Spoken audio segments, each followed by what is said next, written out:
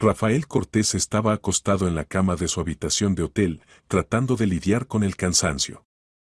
La tarde de noviembre tras la ventana era gris y húmeda, nubes pesadas habían teñido el cielo de tonos melancólicos y en algún lugar detrás de ese velo se escondía el sol, que no había visto durante 3 días seguidos. Las negociaciones en Valencia se habían prolongado todo el día, los socios resultaron ser más tercos de lo que esperaba, pero al final firmaron el contrato. Otro complejo residencial, otra victoria para su empresa de desarrollo inmobiliario. Solo que no había alegría por ello. Rafael tenía 42 años y a sus espaldas había un camino desde simple capataz de obras hasta dueño de un negocio exitoso. Alto, de hombros anchos y rasgos duros, causaba la impresión de ser una persona acostumbrada a conseguir lo que quería. Y era verdad. Pero desde hacía 3 años, cada noche regresaba a una casa vacía, donde solo lo recibía su hijo, con una niñera que venía durante el día. Sin esposa. Sin Elena. Hacía 3 años había ocurrido un accidente. Un conductor borracho en el carril contrario. Elena no tuvo tiempo de reaccionar. Los médicos dijeron que no sufrió, la muerte fue instantánea. Pero para Rafael eso no fue consuelo. Había perdido a la mujer amada, la madre de su hijo, la persona con quien había vivido 10 años. Lucas entonces tenía solo 7 años. El niño esperó varios días a que mamá volviera del hospital y solo después, al ver las lágrimas de la abuela, comprendió que algo había pasado. Pero incluso entonces no entendió completamente lo que significaba la palabra para siempre. Papá, ¿dónde está mamá? Preguntó Lucas con voz queda, de pie en la puerta del dormitorio. Rafael se dio la vuelta. El niño era delgado, con grandes ojos marrones y cabello rubio que había heredado de su madre. Sostenía en las manos un osito de peluche que Elena le había regalado en su último cumpleaños. Hijo. Rafael se agachó y abrazó al niño. Las palabras se le atascaron en la garganta. ¿Cómo explicarle a un niño de 7 años que mamá nunca volvería? ¿Cómo decirle que ya no está? ¿Se fue? Seguía preguntando Lucas. ¿Cuándo volverá? Rafael abrazó a su hijo más fuerte, sintiendo como todo se contraía por dentro del dolor. Mamá. Mamá no podrá volver, hijo. Ella. Te quiere mucho, pero ahora está lejos. Muy lejos. El niño guardó silencio, con el rostro hundido en el hombro de su padre. No lloró. Solo permaneció en silencio, y ese silencio era más terrible que cualquier lágrima. Desde entonces habían pasado 3 años. Lucas había cumplido 10, había entrado en 4º grado, pero nunca dejó de buscar a su mamá en cada mujer rubia de la calle. Por las noches a veces se despertaba y la llamaba, y por la mañana dibujaba cuadros donde toda la familia estaba junta, papá, mamá y él mismo. La psicóloga decía que era normal, que el niño necesitaba tiempo para superar la pérdida. Pero Rafael veía cómo su hijo se encerraba en sí mismo, cómo evitaba las conversaciones sobre su madre, cómo se volvía cada vez más callado y distante. Rafael intentaba estar cerca. Redujo los viajes de negocios, contrató una niñera, llevaba a Lucas al psicólogo, trataba de llenar el vacío que había dejado Elena. Pero entendía que no podía reemplazar a una madre. Él era padre, estricto cuando era necesario, cariñoso, amoroso. Pero no podía darle a su hijo esa calidez, esa ternura que Elena le daba. Esa tarde de noviembre Rafael regresaba a casa después de una reunión prolongada en la provincia. Ya había oscurecido, y la carretera estaba casi vacía. Los faros iluminaban el asfalto mojado y las raras señales de tráfico. Encendiendo la calefacción de los asientos, Rafael pensaba que debería pasar por la tienda y comprar algo para la cena. A Lucas le gustaba la pizza. ¿Quizás pedir entrega a domicilio? De repente, en la luz de los faros vio una figura en el arcén. Una joven con chaqueta ligera, con mochila a la espalda, hacía autostop, tratando de conseguir un aventón. Rafael primero quiso pasar de largo, no le gustaba recoger desconocidos. Pero algo lo hizo pisar el freno. Quizás el viento frío que arrastraba hojas caídas por la carretera. Quizás que la joven se veía muy joven y evidentemente estaba congelada. O quizás simplemente la conciencia, que le recordó que él mismo tenía familia, y no querría que alguien dejara en apuros a sus seres queridos. Se detuvo a varios metros de la joven y bajó la ventanilla. ¿Necesita ayuda?, preguntó. La joven corrió hacia el coche. Tendría unos 25 años, no más.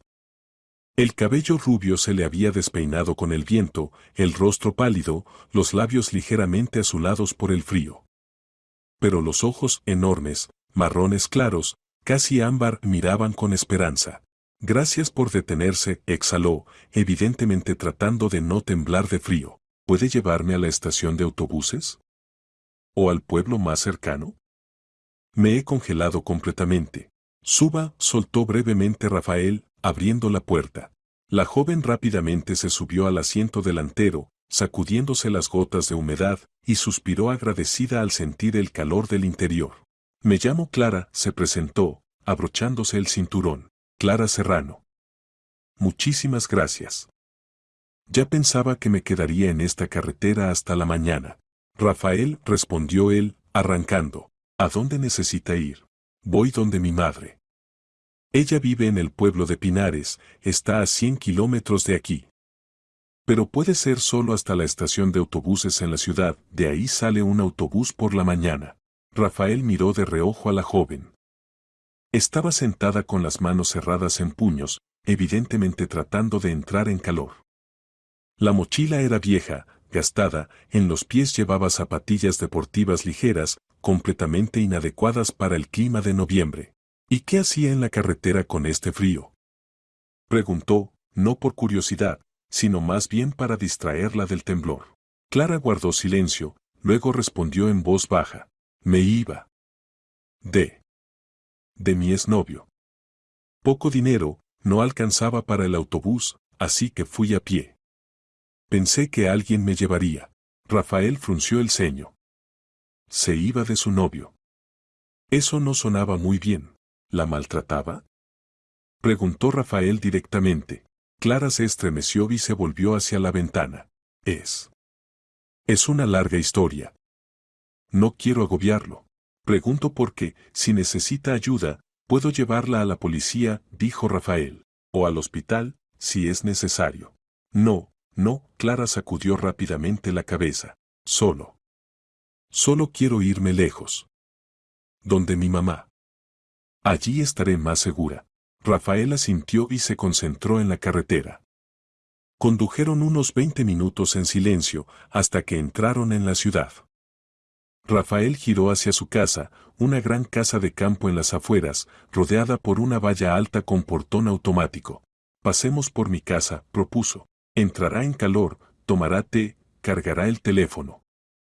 Luego la llevaré a la estación de autobuses o yo mismo la llevaré al pueblo, si quiere. Clara lo miró con duda. ¿Está seguro? No quiero importunar. Estoy seguro, asintió Rafael. Tengo un hijo en casa, así que no tiene de qué preocuparse. Todo estará bien. Clara asintió y se relajó. El portón se abrió y el coche entró al terreno. La casa era realmente grande, de 3 pisos, con un patio espacioso y garaje para 3 coches.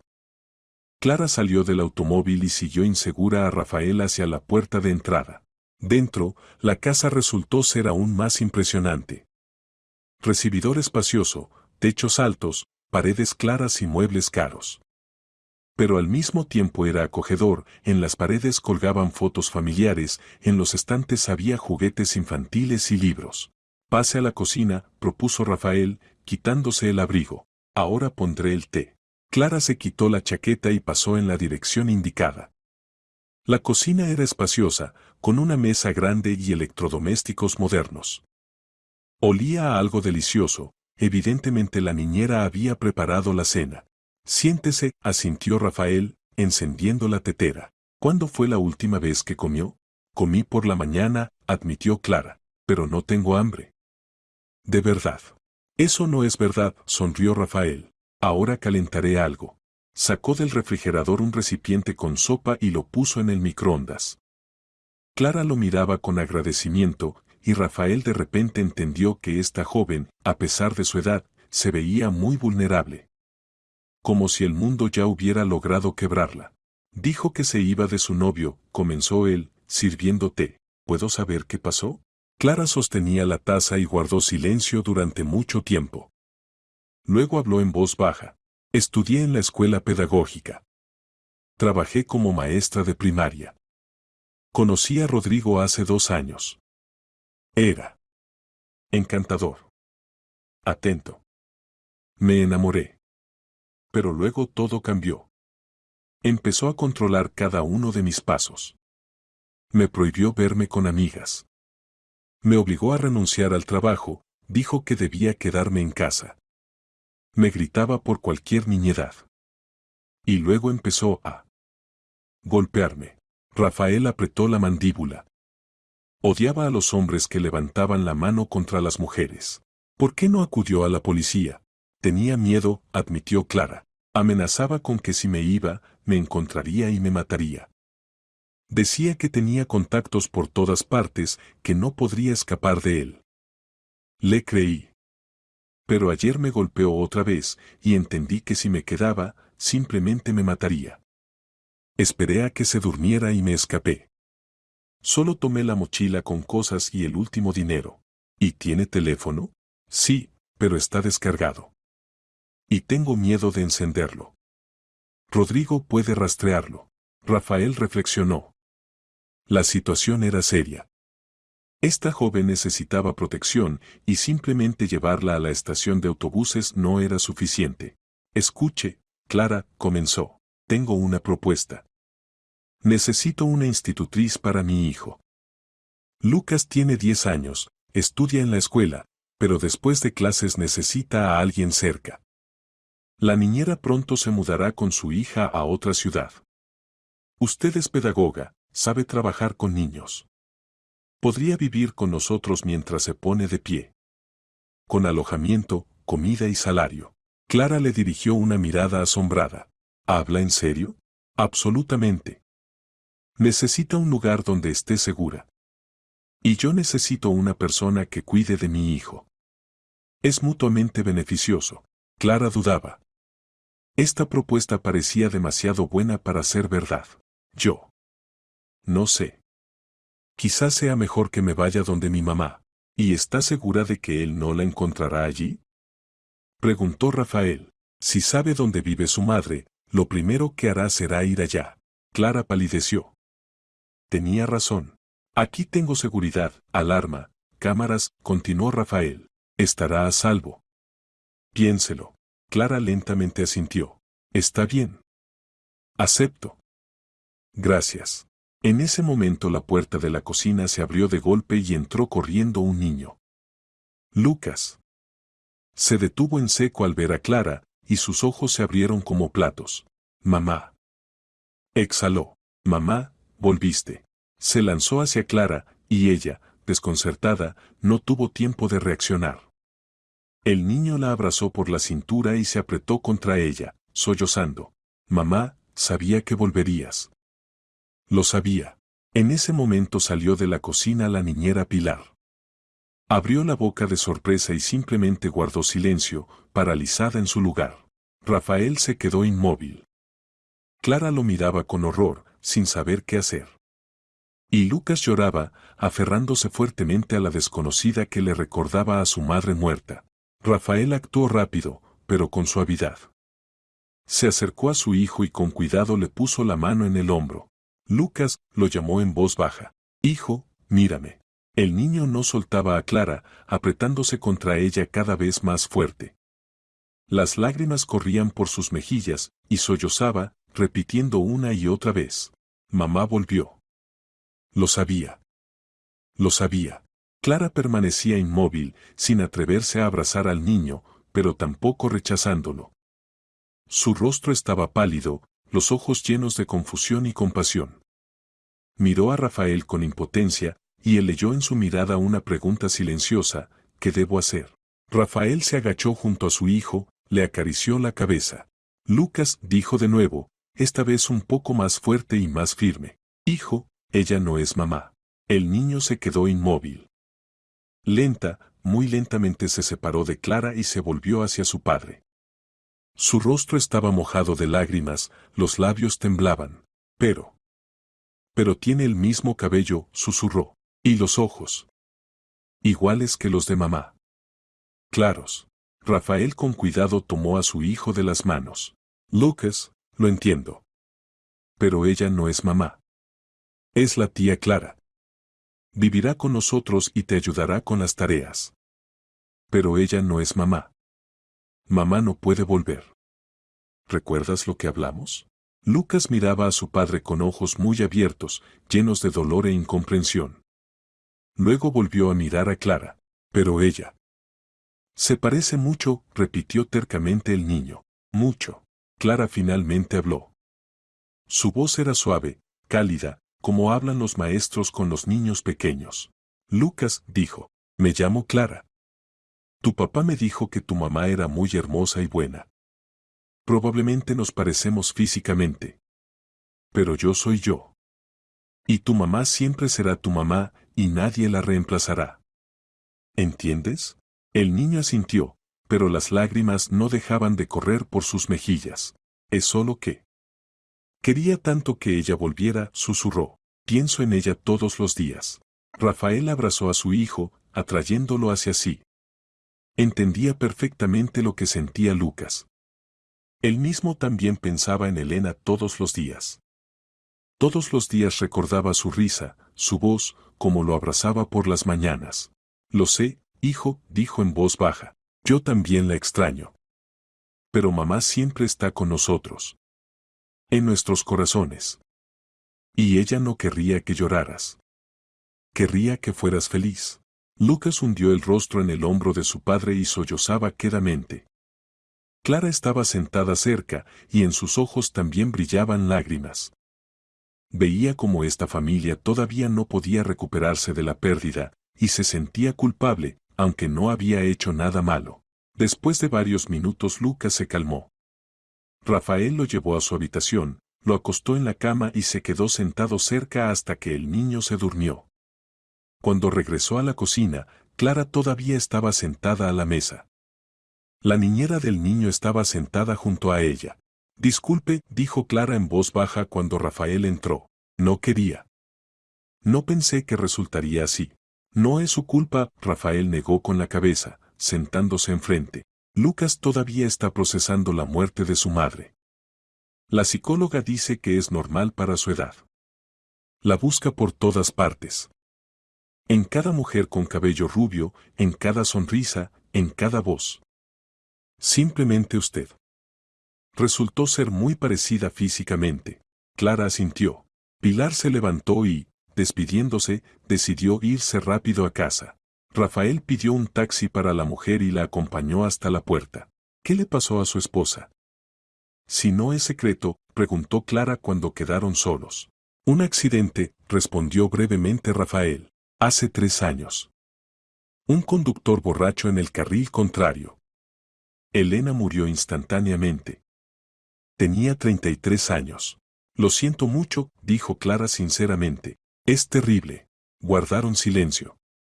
Rafael se sirvió agua e hizo varios tragos.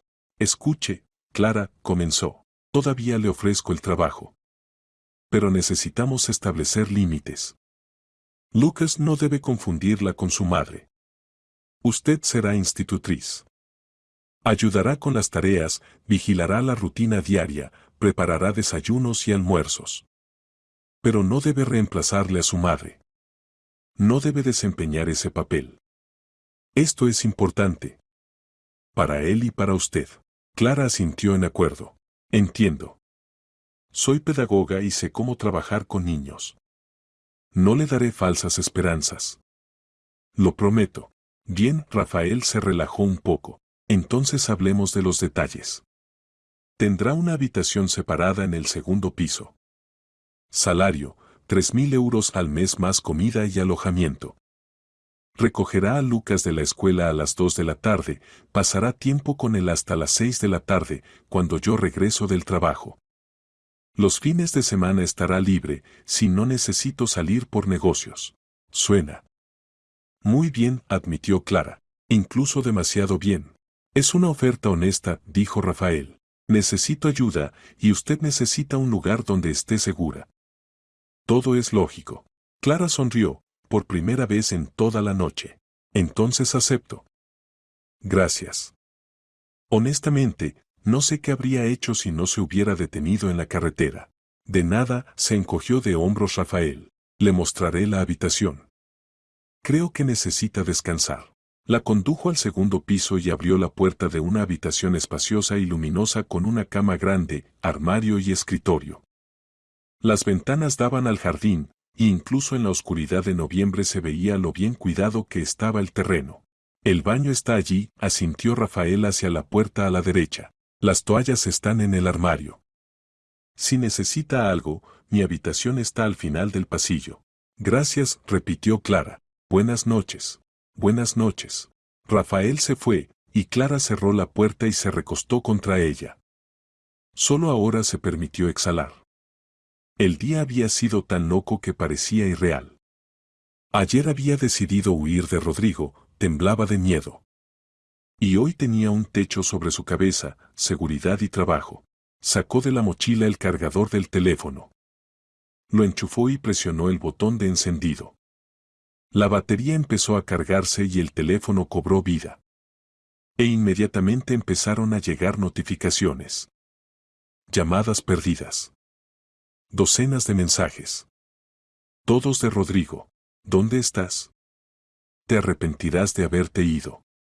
Te encontraré. Donde quiera que hayas huido. Eres mía. Y siempre lo serás. Clara sintió frío. Las manos le temblaron.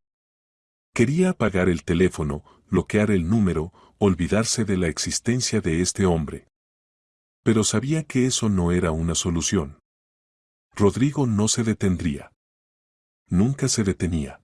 Recordó cómo la psicóloga del centro de crisis le había dicho, reúna pruebas. Todos los mensajes, todas las llamadas, todas las amenazas. Esto será útil en el juicio.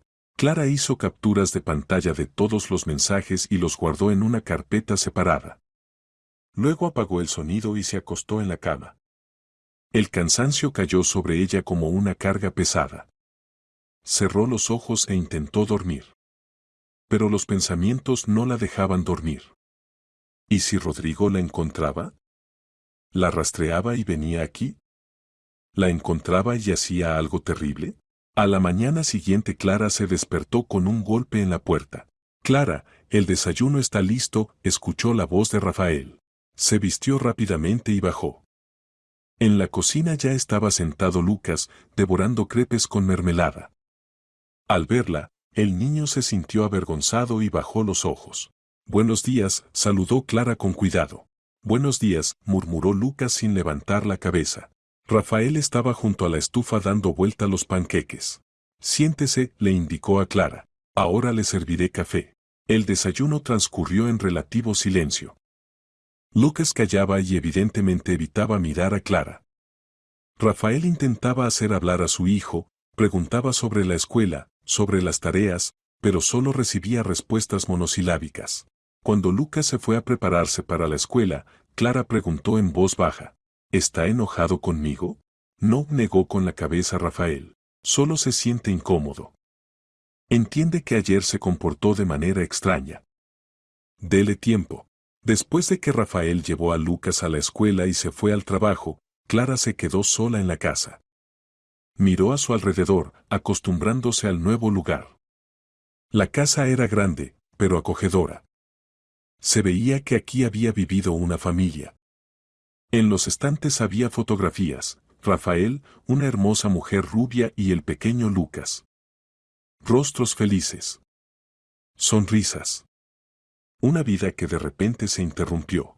Clara sintió tristeza. Esta familia había perdido tanto. Y ahora ella, una mujer extraña, había aparecido en su casa.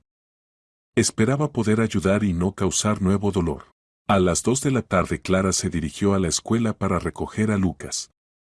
Rafael le había dado la dirección y explicado cómo llegar.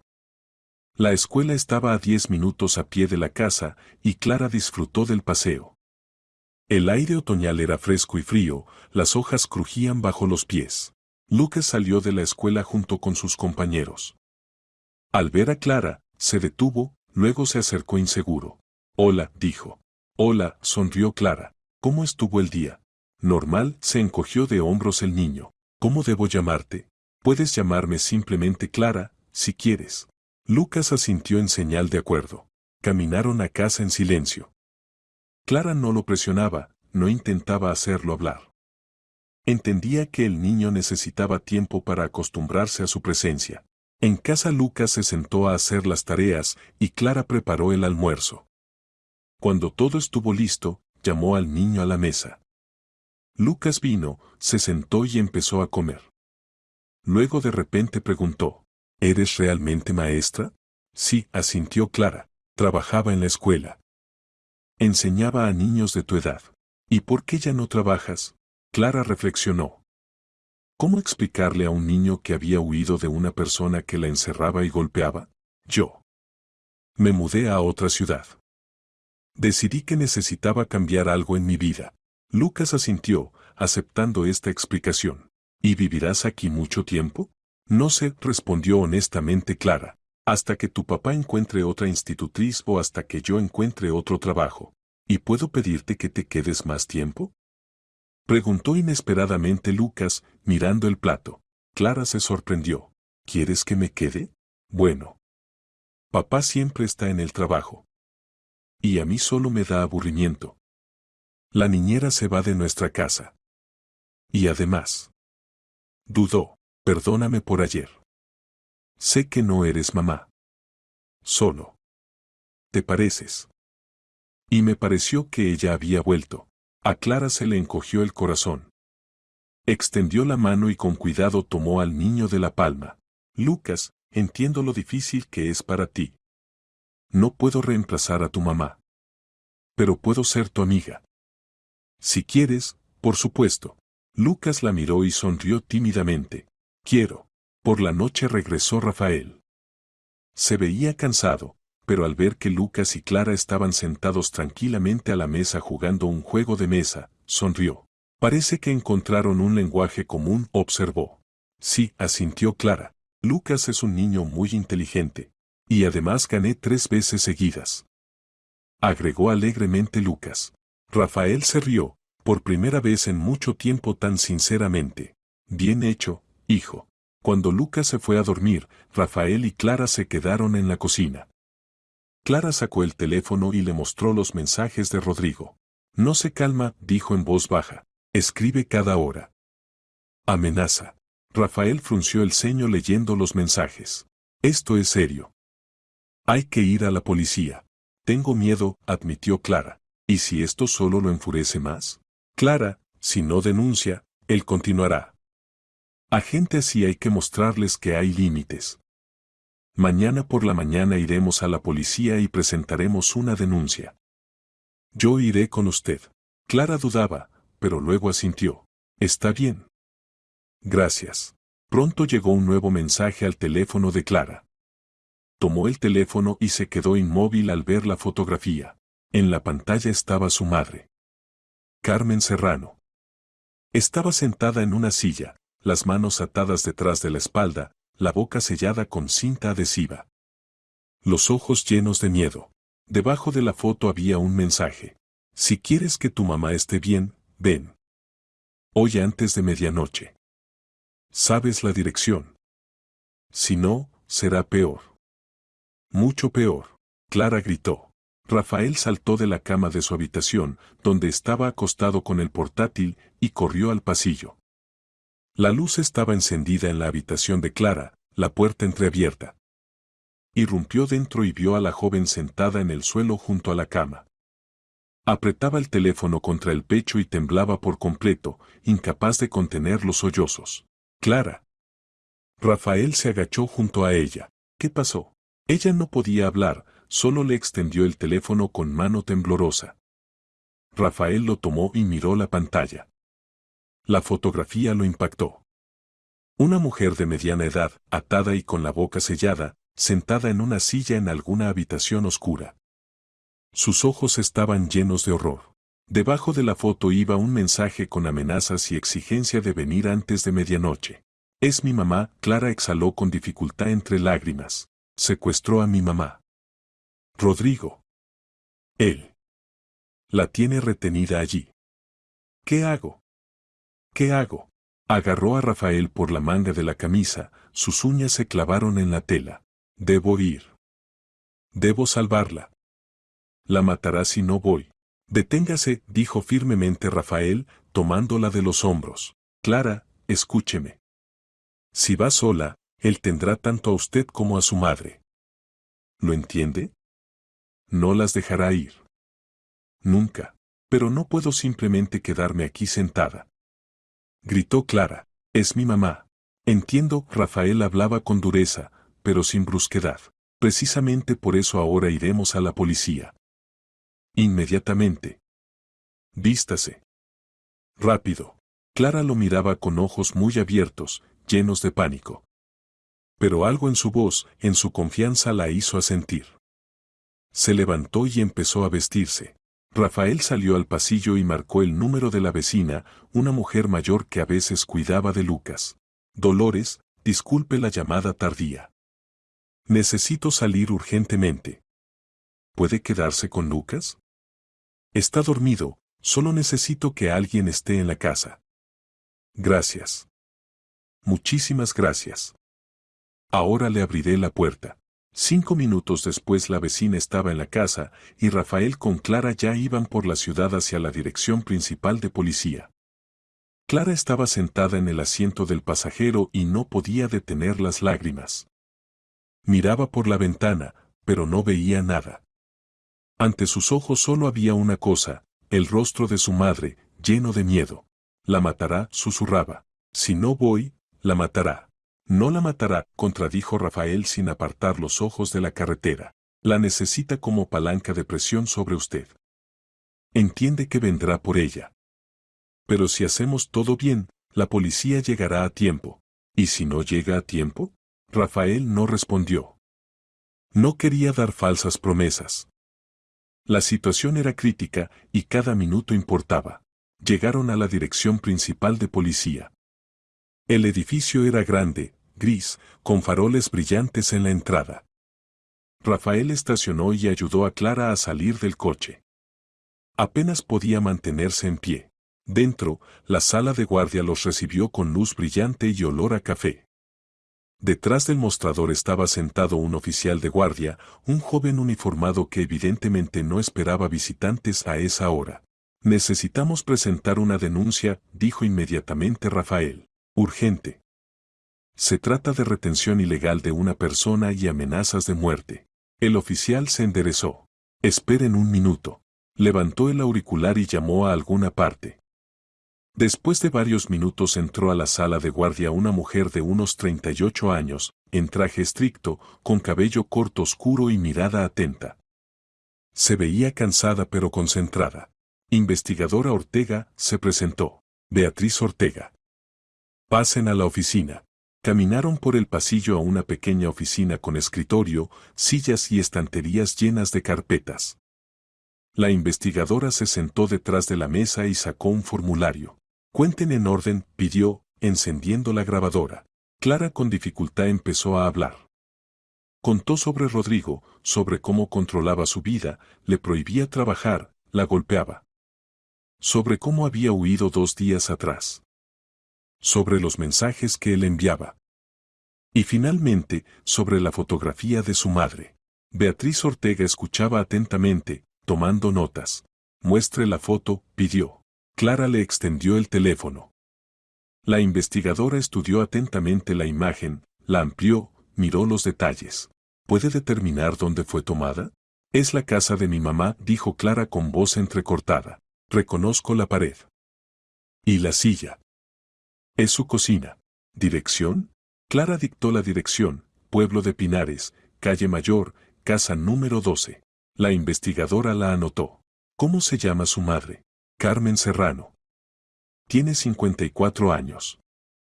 Trabaja como cocinera en la escuela. Bien. Ahora los datos de este hombre. Nombre completo, edad, señas. Rodrigo Vega. 27 años. Estatura aproximadamente 1,80 m, complexión atlética. Cabello oscuro, corte corto. Tatuaje en el antebrazo izquierdo, un lobo. Conduce un Seat León negro, matrícula. Clara se atascó, tratando de recordar. V4372 BL, creo. Excelente, asintió Ortega. ¿Tiene foto de él? Clara buscó en el teléfono y mostró varias fotografías. Rodrigo era realmente un joven atlético con mirada dura y sonrisa confiada.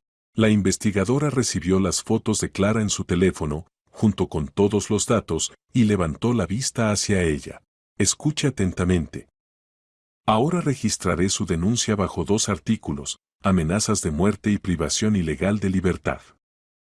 Estos son delitos graves. Saldremos inmediatamente al lugar. Tengo un grupo operativo que estará listo en 20 minutos. En paralelo me pondré en contacto con el agente de distrito que trabaja en esa zona. Él vive más cerca y podrá salir primero para evitar que el criminal huya. Pero dijo venir antes de medianoche, susurró Clara. Si no llegamos a tiempo, puede hacer algo con mamá. Puede, interrumpió duramente Ortega. Pero si hacemos todo bien, lo atraparemos. Y si va sola como él exige, tendrá 2 rehenes en lugar de 1. Y entonces será mucho más difícil actuar. Clara se cubrió el rostro con las manos. No puedo simplemente esperar aquí. Nosotros también iremos allá, dijo inesperadamente Rafael, pero se quedará en la zona segura. No contactará con el criminal. ¿De acuerdo? Beatriz Ortega lo miró. ¿Usted quién es de la denunciante? Conocido. La estoy ayudando. La investigadora reflexionó un momento, luego asintió. Está bien. Pero ambos se quedan en el coche hasta que resolvamos la situación. Esto no se discute. Clara asintió, aferrándose a la mano de Rafael. Beatriz Ortega se levantó y salió de la oficina. Escucharon cómo daba órdenes, llamaba a alguien, organizaba el grupo. 10 minutos después regresó. Los operativos se están reuniendo. El agente de distrito Antonio Santos ya está informado y sale de casa. Estará en el lugar en aproximadamente 40 minutos. Salimos detrás de él. La distancia hasta el pueblo es de 130 kilómetros, llegaremos en hora y media. ¿Y si este Rodrigo se va antes? Preguntó Rafael. El agente de distrito controlará la casa. Su tarea es no dejar que el criminal se escape y evaluar la situación antes de nuestra llegada. Si hay amenaza a la vida de la rehén, entrará primero, con arma. Clara sollozó. Por favor. Por favor, sálvenla. Haremos todo lo posible, prometió firmemente Ortega. Salieron a la calle. Junto al edificio había 2 coches de servicio. De uno salió un hombre de unos 35 años, con chaqueta de cuero y corte de pelo corto. Javier Ruiz, agente operativo, se presentó. ¿Vamos? Vamos, asintió Ortega. Cortés, usted con la denunciante van en mi coche. Javier, tú con el segundo equipo detrás. Se subieron a los coches. Rafael y Clara se acomodaron en el asiento trasero del vehículo de servicio, Beatriz Ortega se sentó al volante. El coche arrancó, y 1 minuto después ya corrían por la carretera nocturna. Clara no podía quedarse quieta. Se movía inquieta, jugueteaba con el borde de la chaqueta, miraba por la ventana, volvía a sacar el teléfono y revisaba los mensajes. No había nuevos. ¿Por qué no escribe? Susurró. Quizás ya. No se atormente, dijo calmadamente Ortega sin apartar los ojos de la carretera. Él la está esperando. Calculaba que vendría de inmediato. Ahora piensa que está en camino. ¿Y si los vecinos escucharon algo y llamaron a la policía antes? Entonces nuestros colegas en el lugar ya estarían informados, respondió la investigadora. Hasta ahora no han llegado señales. Significa que actúa en silencio. Eso es bueno. Nos da ventaja. Rafael puso la mano en el hombro de Clara. Respire. Profundamente. Debe mantenerse en control. Clara asintió e intentó calmarse. Pero no le salía bien. Condujeron. La noche tras la ventana era impenetrable, solo los faros arrancaban de la oscuridad pedazos de carretera, árboles, raras señales de tráfico. Clara dormitaba a ratos, cayendo en un sueño pesado y despertándose inmediatamente de pesadillas. Finalmente adelante aparecieron las luces del pueblo. Pinares era pequeño, solo 2 calles, varias docenas de casas. La investigadora redujo la velocidad en la entrada y sacó el teléfono. ¿Santos, en contacto? Sí, sonó la voz en el teléfono. Estoy en la casa. El coche de Vega está en el lugar, parado en el patio. No hay luz en las ventanas, pero veo una silueta en una de ellas. Hay movimiento. No entré, los estoy esperando. Correcto. Estamos llegando. 2 minutos. Ortega giró hacia el agente de distrito. Clara miraba por la ventana, tratando de distinguir la casa natal. Ahí estaba. Pequeña, con cerca torcida y portón viejo. La casa donde había crecido. Donde la esperaba su madre. Junto al portón estaba parado un hombre uniformado, el agente de distrito Santos. Era de estatura media, fornido. Se acercó al coche de la investigadora. La situación es así, el criminal está dentro, seguro. Lo vi pasar junto a la ventana hace unos 10 minutos. La rehén, por lo visto, está en la cocina, allí había luz encendida, luego la apagaron. Hay 2 salidas, la puerta de entrada y la salida trasera por la terraza. Excelente, asintió Ortega. Actuamos rápido. Javier, tú con los operativos bloqueas la salida trasera. Santos, tú conmigo entras por la puerta delantera. ¿Cámaras encendidas? Encendidas, confirmó Ruiz, ajustándose la bodycam en el pecho. Entonces vamos. Rafael sostenía fuertemente la mano de Clara, no dejándola saltar del coche.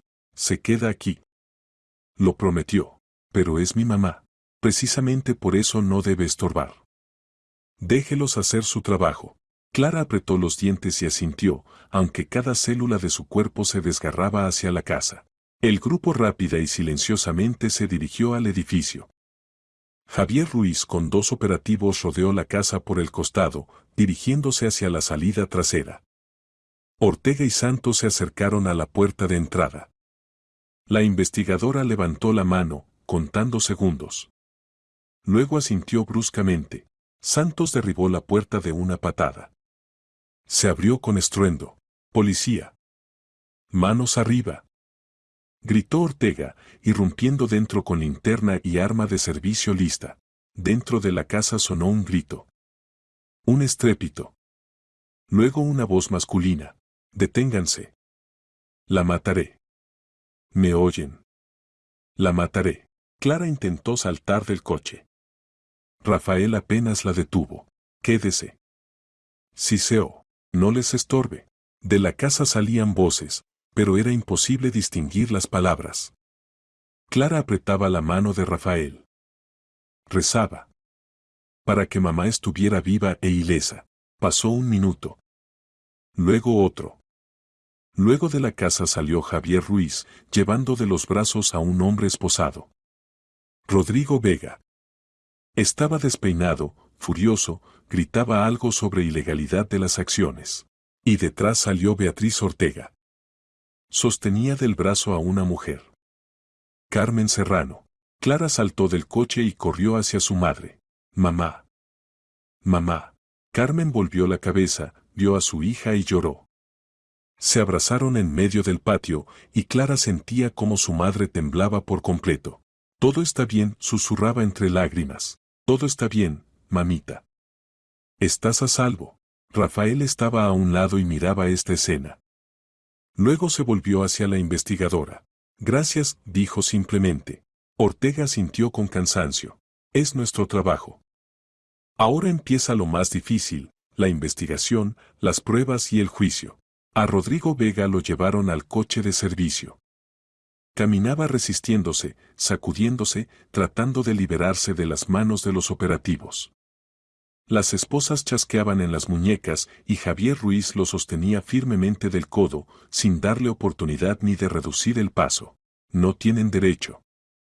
gritaba Rodrigo, volviendo la cabeza hacia la investigadora. Yo no he hecho nada. Todo esto es ella. Esta desgraciada vino sola a mi casa. Beatriz Ortega ni siquiera se volvió hacia él. Estaba parada junto a Carmen Serrano, revisando su estado. El agente de Distrito Santos ya había llamado a la ambulancia, aunque la mujer rechazaba la hospitalización. Estoy bien, repetía Carmen con voz temblorosa. De verdad, estoy bien. Solo quiero ir a casa. Primero la examinará un médico, dijo firmemente Ortega. Es necesario. Debemos registrar su estado para el protocolo. Luego le haré algunas preguntas. Esto es importante para el caso. Carmen asintió, apretándose contra su hija. Clara no soltaba a su madre ni un segundo, abrazándola y acariciándole la espalda, como si calmara a un niño pequeño. Mamita, preguntó Clara en voz baja, ¿cómo pasó esto? Carmen se estremeció, recordando. Vino anoche. Tocó a la puerta, dijo que tú lo habías enviado, que pediste que llevara cosas. Le creí. Lo dejé entrar. Y él. Inmediatamente me agarró, me ató, me selló la boca con cinta. Dijo que si no venías, me mataría. Me asusté tanto, Clara. Tanto. Clara abrazó a su madre más fuerte, sintiendo como todo hervía por dentro de furia. Rodrigo podría haber matado a su mamá. Así no más. Por su enfermo deseo de controlar y poseer. Rafael se acercó a ellas. Carmen, dijo suavemente, me llamo Rafael. Estoy ayudando a su hija. Ahora necesita descansar. Cuando todo termine, vendrá conmigo a la ciudad. Se quedará en mi casa hasta que se sienta segura. Carmen lo miró con sorpresa. Usted. Es muy amable. Pero no puedo así. Puede, interrumpió Rafael. Rodrigo sabe dónde vive. Mientras no esté tras las rejas por mucho tiempo, aquí no está segura. Créame. Carmen miró a su hija, y ella asintió. Mamá, tiene razón. No puedes quedarte aquí sola. Llegó la ambulancia. La paramédica, una mujer mayor con bata blanca, examinó a Carmen, revisó la presión, el pulso, hizo varias preguntas. Las marcas de las cuerdas en las muñecas fueron fotografiadas por Ortega. Los moretones en los brazos también fueron registrados. Físicamente está bien, dijo la paramédica a Ortega, pero el estado psicológico. Necesita apoyo. Mejor que esté varios días con familiares. Gracias, asintió la investigadora. Cuando los médicos se fueron, Ortega invitó a todos a la casa. El agente de Distrito Santos encendió la luz, y todos vieron el cuadro de lo que había ocurrido allí hacía unas horas. En la cocina había una silla a la que Carmen había estado atada. Cerca yacían pedazos cortados de cuerda y un trozo de cinta adhesiva. Sobre la mesa estaba el teléfono de Rodrigo, lo había usado para hacer la fotografía y enviarla a Clara. Beatriz Ortega sacó guantes y empezó a registrar las pruebas. Javier Ruiz filmaba todo con la cámara, comentando para la grabación. Objetos usados para retener a la víctima, decía, señalando la cuerda. Silla en la que retuvieron a la rehén. Teléfono del sospechoso que será incautado para pericia. A Rodrigo lo sentaron en el coche, pero seguía gritando. La amaba. ¿Me oyen? La amaba y ella huyó. Me traicionó. Se merecía esto. Clara estaba junto a la ventana y escuchaba estos gritos. Las manos se cerraron en puños. Rafael se acercó a ella. No lo escuche, dijo en voz baja. Es la reacción típica de un abusador. Siempre trasladan la culpa a la víctima. Lo sé, susurró Clara, pero igual duele escucharlo. Ortega terminó la inspección del lugar del hecho y se acercó a Carmen. Carmen, necesito registrar su testimonio. Cuénteme todo en orden. Cuando vino, qué dijo, cómo actuó. Todo lo que recuerde. Carmen se sentó a la mesa y empezó a contar. La voz temblaba, pero trataba de ser precisa. Contó cómo Rodrigo entró con engaño a la casa, cómo la ató, cómo amenazó. Cómo decía que Clara le pertenecía y que nunca la dejaría ir. Dijo que si Clara no venía, me rompería el brazo, agregó Carmen en voz baja. Mostró un cuchillo. Dijo que lo haría lentamente para que sufriera. Le creí cada palabra. Ortega lo anotaba todo sin interrumpir. Cuando Carmen terminó, la investigadora la miró con compasión. Es usted una mujer muy valiente. Gracias por el testimonio. Esto nos ayudará a encerrarlo por mucho tiempo. Carmen asintió, limpiándose las lágrimas. Luego Ortega se acercó a Clara. Son pruebas muy buenas, dijo. Amenazas sistemáticas, acoso. Más la toma de rehén. Más entrada ilegal a la vivienda. Tenemos suficiente para que reciba una condena real. ¿Cuánto? Preguntó Clara. ¿Cuánto recibirá? Por conjunto de artículos, de 3 a 7 años. Puede ser más si probamos aplicación sistemática de violencia. Pero eso lo decidirá el tribunal. Clara exhaló. 7 años. Parecía una eternidad y al mismo tiempo un plazo demasiado corto. ¿Y si sale antes? La libertad condicional solo es posible después de cumplir 2/3 de la condena, explicó Ortega. Y solo si la conducta es ejemplar. Pero no creo que lo suelten antes. Los artículos son demasiado graves. Rafael escuchaba toda esta conversación y entendía que Clara todavía tenía miedo. Y era normal. El miedo no pasa instantáneamente. Hay algo más, dijo Ortega, dirigiéndose a Clara. Vega intentará manipular. En el juicio intentará presentar todo como si usted lo llevó a esto. Que él la amaba y usted lo traicionó.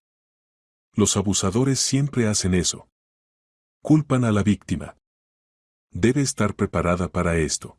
Estoy preparada, dijo firmemente Clara. Ya no le tengo miedo. Pero en el fondo de su alma sabía que eso no era del todo cierto. El miedo todavía estaba. Pero ahora junto a ella había personas que la protegían. Ortega terminó de completar los protocolos y miró a Clara. A Vega lo enviarán al centro de detención preventiva. Allí permanecerá hasta el juicio. Tenemos todos los fundamentos para la detención bajo custodia, gravedad del delito, riesgo de presión sobre las víctimas, amenaza de violencia repetida. ¿No podrá salir? Preguntó Carmen. No, le aseguró la investigadora. Es demasiado peligroso. Clara sintió como un enorme peso se quitaba de los hombros. Rodrigo tras las rejas. No podría alcanzar ni a ella ni a su madre. Por primera vez en muchos meses se sintió segura. Rafael se acercó a Carmen. Empaque sus cosas. Lo más necesario. Iremos a mi casa. Descansará, se recuperará. Carmen miró a su hija, y ella asintió. Mamá, allí es seguro. Y Rafael es una muy buena persona. Él me salvó. Carmen lentamente se levantó y fue al dormitorio a empacar. Clara la ayudaba, doblando ropa en una vieja bolsa de viaje. Trabajaban en silencio, pero cada movimiento estaba lleno de alivio. Cuando todo estuvo listo, salieron de la casa. A Rodrigo ya se lo habían llevado. Los operativos llamaron a la grúa. Su coche fue llevado al depósito. El agente de Distrito Santo se despidió de ellas. Si necesitan algo, llamen, le dijo a Carmen. Vigilaré su casa. Gracias, agradeció ella. Se subieron al coche de Rafael, Carmen y Clara en el asiento trasero, apretándose una contra la otra. Rafael arrancó el motor y lentamente se puso en marcha. Por el camino a la ciudad Clara miraba por la ventana y pensaba en lo que había pasado. Todo había sucedido tan rápido. Hacía solo 2 días estaba sola, asustada, indefensa. Y ahora junto a ella estaban su madre y una persona que la había ayudado cuando nadie más podía. Gracias, dijo Clara en voz baja a Rafael. Él la miró por el espejo retrovisor. De nada. Lo principal es que todo terminó bien. No, de verdad, insistió Clara. No estaba obligado a hacer todo esto. Podría simplemente haberme llevado a la estación de autobuses y olvidar. Pero usted se quedó. Ayudó. Nos salvó a mí y a mi mamá. Rafael guardó silencio. No se consideraba un héroe. Simplemente había hecho lo que debía hacer cualquier persona normal. Cuando llegaron a la ciudad, era noche profunda. La vecina dormía en el sofá de la sala. Y Rafael, despertándola, la acompañó a casa. En casa los recibió Lucas. El niño se había despertado y miraba con curiosidad a la mujer mayor que había entrado junto con Clara. Lucas, esta es mi mamá, presentó Clara. Carmen. Vivirá con nosotros algún tiempo. Hola, dijo tímidamente Carmen. Hola, respondió educadamente el niño. Rafael le mostró a Carmen la habitación de invitados en el primer piso. Póngase cómoda. Descanse. Si necesita algo, diga. Carmen asintió agradecida y cerró la puerta. Estaba exhausta física y moralmente. Necesitaba dormir. Todos estaban muy cansados, por eso se durmieron rápido. Por la mañana Clara acompañó a Lucas a la escuela y cuando regresó, encontró a Rafael en la cocina. Tomaba café y miraba por la ventana. Durmió mal, notó Clara. Se ve cansado. Después se quitó importancia. Primero hay que resolver varios asuntos. Ortega dijo que en unos días empezará la investigación. La llamarán para interrogatorios. Habrá que prepararse. Estoy lista, dijo Clara. Contaré todo. Hasta el último detalle. Rafael la miró y vio en sus ojos determinación. Esta joven había pasado por el infierno, pero no se había quebrado. Había sobrevivido. Y ahora estaba lista para luchar. Todo estará bien, dijo. Lo prometo. Y Clara le creyó. Las siguientes semanas pasaron como en niebla. A Rodrigo Vega lo colocaron en el Centro de Detención Preventiva número 1. Beatriz Ortega fundamentó esta decisión ante el tribunal con argumentos de hierro, gravedad de la acusación, amenaza real a la vida de las víctimas, riesgo de presión sobre testigos y posibilidad de fuga. El juez estuvo de acuerdo sin dudarlo. Clara y Carmen dieron testimonios detallados. Clara trajo todas las pruebas, capturas de pantalla de conversaciones, fotografías de moretones que hacía en secreto de Rodrigo. Testimonios de vecinos de Rodrigo que escucharon gritos y escándalos. Carmen contó sobre cómo la tuvieron de rehén, cómo la amenazaron de muerte, cómo Rodrigo disfrutaba de su miedo. La investigación avanzó rápido. Las pruebas eran irrefutables y el abogado de Rodrigo poco podía hacer. Intentaba presentar a su defendido como víctima de las circunstancias, una persona llevada a la desesperación por amor. Pero no funcionaba. Había demasiadas pruebas de violencia sistemática. En uno de los días fríos se celebró el juicio. Clara estaba sentada en la sala y miraba a Rodrigo. Se veía demacrado, furioso, quebrado. Cuando sus miradas se encontraron, él intentó sonreír, con esa misma mueca con la que una vez supo manipularla. Pero Clara no apartó los ojos. Lo miraba tranquilamente, sin miedo, y esto, parece, lo hirió más que todo. El juez dictó la sentencia, 5 años de privación de libertad con cumplimiento en colonia de régimen estricto. Rodrigo saltó, empezó a gritar, a acusar a Clara, a maldecir al tribunal. La guardia lo sacó de la sala. Carmen también estuvo presente en el juicio. Después de la lectura de la sentencia lloró de alivio. Clara abrazó a su madre, y permanecieron así largo rato, incapaces de soltarse. Clara salió a la calle junto con su madre y exhaló con alivio. Rafael las esperaba junto al coche. Todo terminó, dijo ella en voz baja. Sí, asintió él. Ahora se puede vivir adelante. Durante este tiempo Carmen se había adaptado en la casa de Rafael. Al principio se sentía incómoda, al fin y al cabo era una casa ajena, gente ajena. Pero Rafael era sorprendentemente discreto y atento como anfitrión. No presionaba, no se imponía, simplemente creó condiciones para que la mujer se sintiera cómoda. Una vez durante el desayuno le ofreció trabajo. Carmen, usted es cocinera, ¿verdad? Sí, asintió ella. Toda la vida trabajé en el comedor escolar. Tengo una propuesta, continuó Rafael. Mi anterior empleada doméstica se fue al extranjero, donde su hijo, a vivir permanentemente. Necesito una persona que cocine, cuide de la casa. ¿Podría usted? Carmen lo miró sorprendida. ¿Habla en serio? Absolutamente. Salario digno, más alojamiento y comida. No tendrá que regresar al pueblo donde todo recuerda lo que pasó. Carmen reflexionó. En el pueblo realmente no la retenía nada. La casa era vieja, el salario en la escuela pequeño. Y aquí podría estar cerca de su hija, segura, con un ingreso normal. Acepto, dijo. Gracias. Por todo. Así Carmen se convirtió en parte de esta casa. Cocinaba, limpiaba, cuidaba de Lucas cuando Clara estaba ocupada. El niño rápidamente se encariñó con ella. Carmen le recordaba a su abuela fallecida, buena, cariñosa, siempre dispuesta a alimentar con algo delicioso. Clara continuó trabajando como institutriz. Ayudaba a Lucas con las tareas, lo llevaba a clases adicionales, jugaba con él, leía libros. El niño ya no la confundía con su madre. Aceptó a Clara tal como era, no un reemplazo, sino una nueva persona en su vida en quien podía confiar. Rafael observaba todo esto desde el lado. Su casa, que durante 3 años había estado llena de silencio y tristeza, de repente cobró vida. Sonaron voces, risas, apareció calor. Por las mañanas olía a repostería fresca, por las noches todos se reunían a la mesa, compartían noticias, contaban historias.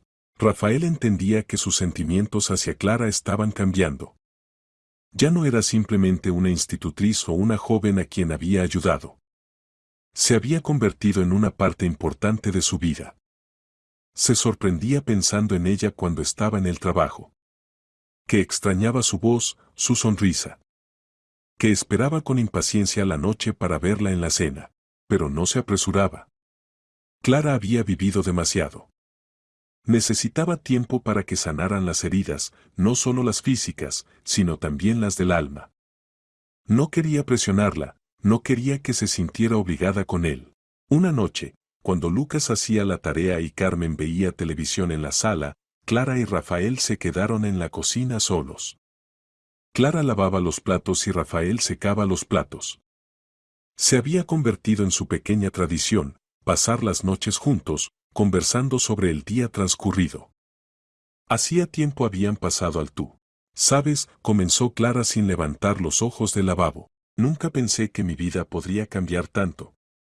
Hace medio año no imaginaba que sería feliz. Que me sentiría segura. Que cerca habría personas en quienes podría confiar. Rafael dejó la toalla y la miró. Mereciste esta vida. Pasaste por el infierno y sobreviviste. Eres fuerte, Clara. Más fuerte de lo que piensas. Clara finalmente levantó los ojos hacia él. En ellos brillaban lágrimas. No me siento fuerte. A veces todavía tengo pesadillas. A veces me despierto en medio de la noche y reviso si la puerta está cerrada. A veces me sobresalto con sonidos fuertes. El miedo todavía está aquí, dentro de mí. Rafael se acercó a ella y con cuidado la tomó de las manos. Es normal. El trauma no pasa en un día. Pero estás sobrellevándolo. Estás viviendo. Y eso ya es una victoria. Clara se apretó contra él, y él la abrazó. Permanecieron así varios minutos sin decir palabra. Simplemente sintiendo el calor uno del otro. Pasó medio año. La primavera entró en sus derechos, y la ciudad floreció con colores brillantes. Clara se volvió diferente, más segura, tranquila, feliz. Lucas estaba orgulloso de que Clara se hubiera convertido en su amiga. Les contaba a sus compañeros que ahora tenía a Clara, que le enseñaba y ayudaba. El niño ya no se entristecía tan fuertemente como antes. Seguía recordando a mamá, pero aprendió a vivir adelante sin quedarse atascado en el pasado. Una noche, cuando Lucas y Carmen ya dormían, Rafael y Clara estaban sentados en la terraza tomando té. Brillaba la luna, en algún lugar a lo lejos sonaba música suave. El cálido viento primaveral movía las cortinas. Clara, comenzó Rafael, quiero decirte algo. Ella se volvió hacia él, y él vio en sus ojos una pregunta. Estos medio año. Cambiaron mi vida. Tú cambiaste mi vida. Y entendí que no quiero que seas simplemente institutriz o huésped temporal. Quiero que te quedes. Para siempre. Clara se quedó inmóvil. El corazón latió más rápido. ¿Qué quieres decir? Me enamoré de ti, dijo simplemente Rafael. No sé cuándo exactamente pasó. Quizás en el momento en que calmabas a Lucas después de su error con tu aparición. Quizás cuando reunías pruebas contra Rodrigo sin quebrarte bajo el miedo. Quizás cuando simplemente estabas sentada a la mesa y reías por el chiste de Carmen. Pero me enamoré. Y quiero que te conviertas en parte de esta familia. No como trabajadora, sino como mi esposa. Clara guardó silencio. Las lágrimas llenaron sus ojos, pero eran lágrimas de felicidad. Rafael. Yo. No sé qué decir. Di lo que sientes, pidió suavemente. Honestamente. Clara respiró hondo. Yo también me enamoré de ti. Probablemente hace tiempo. Pero tenía miedo de admitirlo incluso ante mí misma. Después de Rodrigo pensaba que nunca más podría confiar en un hombre. Pero tú.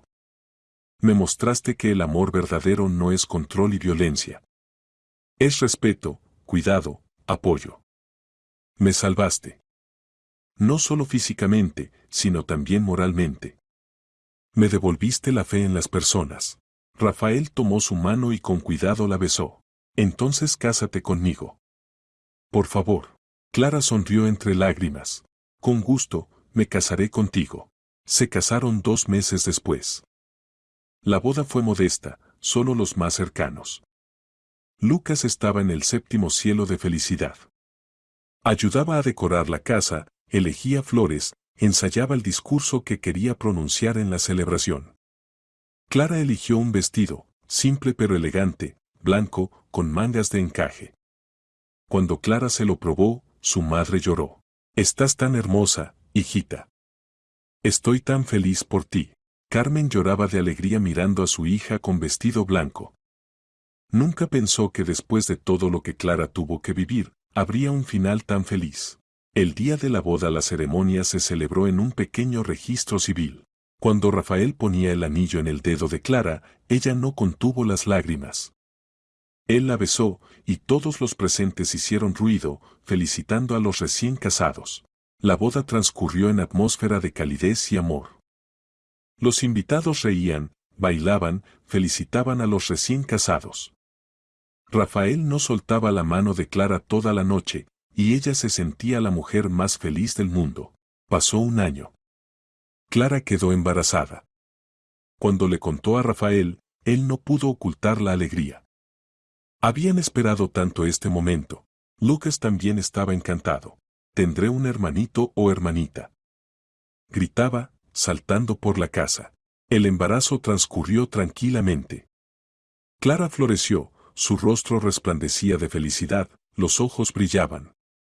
Rafael la rodeó de cuidado y atención, sin dejarla sobreexigirse. Carmen preparaba platos especiales para la hija embarazada, vigilaba que durmiera suficiente y no se fatigara. Cuando llegó el momento de dar a luz, Rafael estaba cerca. La sostenía de la mano, susurraba palabras de apoyo, no se alejaba ni un paso. El parto fue largo y difícil, pero Clara lo logró. Y así nació una niña. Diminuta, con cabello rubio y ojos como los de su madre. Clara la tomó en brazos y lloró de felicidad. ¿Cómo la llamaremos?, preguntó Rafael, mirando a su hija con adoración. Clara lo miró y dijo en voz baja: Elena. Llamémosla Elena. En honor a la mamá de Lucas. Para que su memoria siempre esté con él. Rafael se quedó inmóvil. Los ojos se llenaron de lágrimas. Besó a Clara y a la bebé. Gracias. Gracias por todo. Cuando llevaron a Elena a casa, Lucas fue el primero en tomar a su hermanita en brazos. La miraba con tanta ternura que Carmen no contuvo las lágrimas. Te protegeré, prometió el niño a la bebé. Siempre.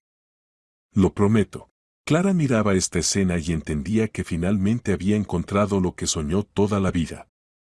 Una verdadera familia. Amor. Seguridad.